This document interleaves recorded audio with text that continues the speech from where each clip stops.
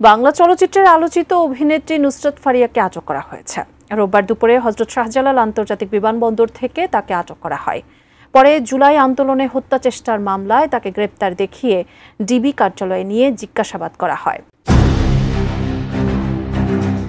ঢাকাই সিনেমার এই সময়ের জনপ্রিয় অভিনেত্রী নুসরাত ফারিয়াকে আটকের পর জুলাই আন্দোলনে হত্যা চেষ্টার মামলায় গ্রেফতার দেখানো হয়েছে।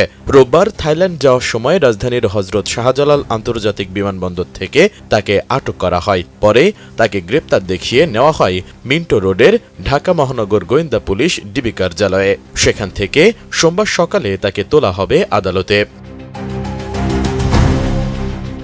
এদিকে নুসরাত ফারিয়ার গ্রেফতার ও মামলার যৌক্তিকতা নিয়ে প্রশ্ন তুলেছেন জাতীয় নাগরিক পার্টির কেন্দ্রীয় সংগঠক এবং শৃঙ্খলা কমিটির সাবেক সদস্য আরমান হোসাইন। 18 মে বিকেলে সামাজিক যোগাযোগ মাধ্যম ফেসবুকে এক পোস্টে তিনি এ প্রশ্ন তুলেন। এনসিপির এই নেতা লিখেন, নায়িকা নুসরাত ফারিয়াকে গ্রেপ্তার করার আদেও কোনো যৌক্তিকতা আছে? সে কিভাবে হত্যা চেষ্টার সঙ্গে সংশ্লিষ্ট থাকে? বিটিভির জন্য তারকাদের মায়াকান্নার সমাবেশেও নুসরাত ফারিয়া ছিলেন না।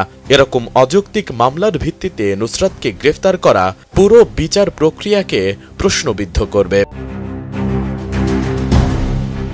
শুধু তাই নয়, ফেসবুকে পোস্ট দিয়ে নুসরাত ফারিয়ার পাশে দাঁড়ালেন ছোট পর্দার অভিনেতা খায়রুল বাশার। পোস্টে তিনি লিখেছেন, নুসরাত ফারিয়া অভিনেত্রী, ওনার কাজ অভিনয় করা।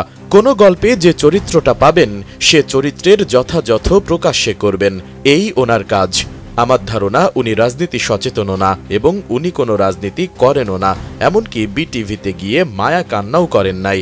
তাহলে একটা সিনেমার অভিনয় করাকে কেন্দ্র করে কেন এই হেনস্থা? এই সিনেমায় অভিনয়ের জন্য সকলকেই অডিশনের জন্য ডাকা হয়েছিল। অনেকেই অডিশন দিয়েছেন, যারা অডিশন দিয়ে সিলেক্টেড হয়েছেন তারাই অভিনয় করেছেন। পোস্টের নুসরাত ফারিয়ার সঙ্গে অন্যায় হচ্ছে দাবি করে খায়রুল বাশার লিখেন, এটা সিম্পল, এখানে কেউ রাজনীতি করতে যাননি। অভিনেত্রী হিসেবে একটা সিনেমায় অভিনয় করা কোনো ক্রাইম না। নুসরাত ফারিয়ার সাথে অন্যায় হচ্ছে। বর্তমান সরকার যদি শিল্পীদের কোনো রাষ্ট্রীয় আয়োজনে ডাকেন, এক্ষেত্রে শিল্পীদের করণীয় কি হবে? এই সরকার পরবর্তীতে অন্য সরকার তাদের হেনস্থা করবে এই মেনে হুকুমের দাস হবে, নাকি শিল্পীরা কখনোই কোনো সরকার কর্তৃক রাষ্ট্রীয় আয়োজনের অংশ হবে না? সবশেষ পোস্টে শোবিজ অঙ্গনের তারকাদের মতামত চেয়েছেন খায়রুল বাশার।